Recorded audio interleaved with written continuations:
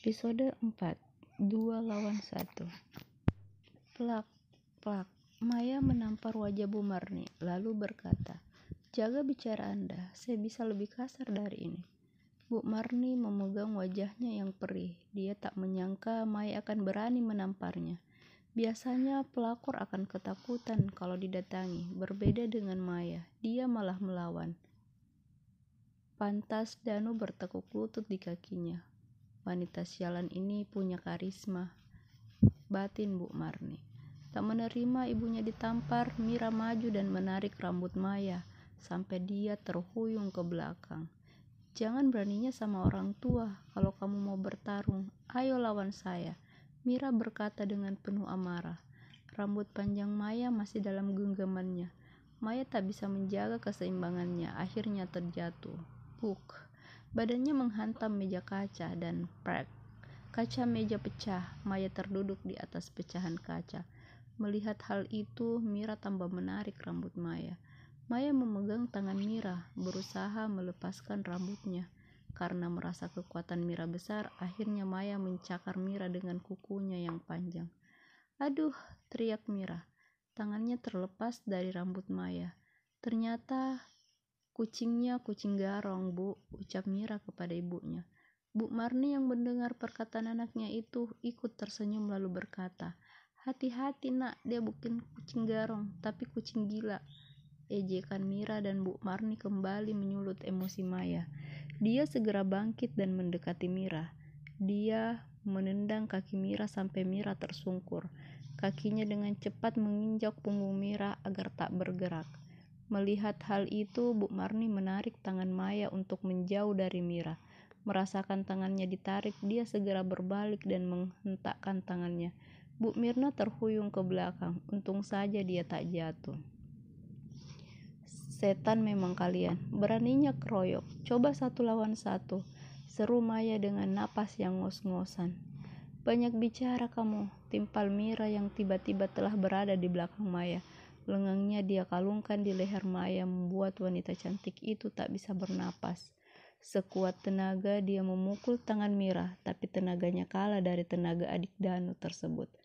Wajah Maya sudah memerah, dia sudah mulai kehilangan oksigen. Tangannya masih memukul-mukul lengan lawan. Bu Marni duduk di sofa menyaksikan kekasih anaknya kehabisan napas. Dia sama sekali tak punya niat untuk melerai. Dia tahu Mira tak akan membunuh wanita itu. Hanya dia harus diberi pelajaran, pikirnya. "Lepaskan," terbata Maya berucap. Dengan sisa tenaga yang dimiliki, kakinya menendang tulang kering Mira. Mira kesakitan, tangannya terlepas dari leher. Maya jatuh terduduk. Huk, huk, huk. Dia terbatuk. Baik Maya maupun Mira, mereka sama-sama kecapean. Merasa sudah agak mendingan, Maya bangkit mendekati Mira. Melihat hal itu, Bu Mira mengambil figura yang terletak di atas bufet, lalu melemparkan ke arah Maya. Punggung Maya terkena figura tersebut, tapi dia tak peduli. Targetnya adalah gadis yang tadi mencoba untuk membunuhnya. Mira yang masih berguling kesakitan pasrah ketika rambutnya ditarik, dia hanya berteriak, "Aduh, tolong, tolong." "Silahkan teriak sekencangnya, takkan ada yang bisa menolong kamu," ucap Maya. Bu Marni mendekat, mendorong Maya sampai terjatuh. "Hentikan!" Mereka yang mendengar teriakan tersebut langsung berbalik ke arah sumber suara. Terlihat wajah Danu marah menahan amarah. "Apa-apaan ini?" gertaknya. Maya yang pintar membaca situasi segera meringis lalu berkata, "Mas, tolong, mereka mengeroyok saya." Mendengar perkataan Maya dan melihat apa yang baru saja ibunya lakukan, Danu lebih percaya pada Maya. "Bu, apa yang ibu perbuat? Bikin malu saja," tegur Danu. "Bikin malu? Siapa yang bikin malu? Ibu atau kamu?" Bu Marni bertanya balik. "Ya ibu lah, datang ke rumah orang terus mengeroyok yang punya rumah," jelas Danu. "Heh, anak tak tahu diri. Kalau kamu angkat telepon tidak akan ibu sama Mira kesini." Bu Marni membela diri. "Kok Mas tega marahi ibu demi ular seperti dia?" Mira yang sedari tadi diam ikut menimpali. "Anak kecil tidak usah ikut campur," tegur Danu. Maya yang melihat perdebatan kecil antara anak dan orang tua tersenyum dalam hati. tak sia-sia aktingnya. Dirinya berharap Danu mengusir mereka dari rumahnya.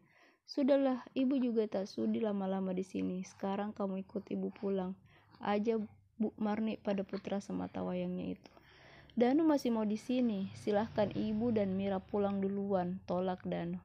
Hehehe, Bu Marni tertawa lalu berkata, kalau kamu tidak pulang bersama ibu, berarti kamu sudah siap dicoret dari daftar pewaris perusahaan Danu Reksa Perdana. Danu menggeleng, ibunya tahu betul kelemahannya. Bagaimana? Tanya Bu Marni ingin memastikan. Baiklah, Danu ikut ibu pulang. Putus Danu akhirnya. Kamu lihat kan, kakakku lebih mencintai harta daripada kamu. Bisik Mira saat dia melewati Maya. Maya yang mendengar hanya bisa mengepalkan tangan. Tak mungkin membalas perkataan gadis itu. Sialan, makinya dalam hati. Maya hanya bisa menyaksikan Danu berlalu pergi. Hatinya tiba-tiba nyeri. Terbayang perjalanan untuk bersatu dengan Danu pasti berat. Dia menghembuskan napas panjang. Saat berbalik dia melihat ruang tamunya berantakan, tambah membuat semua sendinya tambah sakit. Baru saja hendak duduk, Maya merasakan semua siku dan tangannya perih. Saat dia memperhatikan tangannya, matanya terbelalak. Telapak tangan sampai siku penuh goresan-goresan kaca.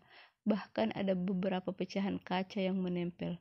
Sepertinya aku butuh dokter, lirihnya. Segera dia melangkah ke kamar berganti pakaian, lalu segera berangkat ke rumah sakit. Danu gak usah pulang ke rumah, langsung ke rumah sakit saja, perintah Bu Marni pada anaknya itu. Gak usah Bu, luka Mira bisa diobati di rumah, tolak Danu. Siapa yang mau mengobati Mira? Tanya Bu Marni balik. Danu melirik ibunya. Wanita parubaya itu sedang memainkan telepon genggamnya. Lalu kalau bukan untuk mengobati luka Mira, terus untuk apa kita ke rumah sakit? Tanyanya lagi. Sudah, gak usah banyak tanya. Lebih baik kamu konsentrasi menyetir. Ibu tidak mau kalau karena kelalaian kamu kita semua berakhir di kuburan, cecar Bu Marni. Hatinya masih kesal kepada Danu, tapi dia tak mau Danu kembali lagi ke rumah pelakor itu. Lebih baik dia konsentrasi dengan rencana awalnya. Pelakor harus dilawan dengan pelakor, gumam Bu Marni. Apa Bu? Tanya Danu. Dia mendengar gumaman Bu Marni. Sesampainya di rumah sakit, mereka langsung menuju ke ruang ICU. Danu yang masih tidak tahu apa yang terjadi hanya bisa mengekor kemana ibu dan adiknya pergi. Sampai di ruang ICU, pintu ruang terbuka dan sosok lelaki yang sangat dikenal oleh Danu keluar. Mereka saling bertatapan. Lelaki itu mendekati Danu lalu tersenyum dan... Bu,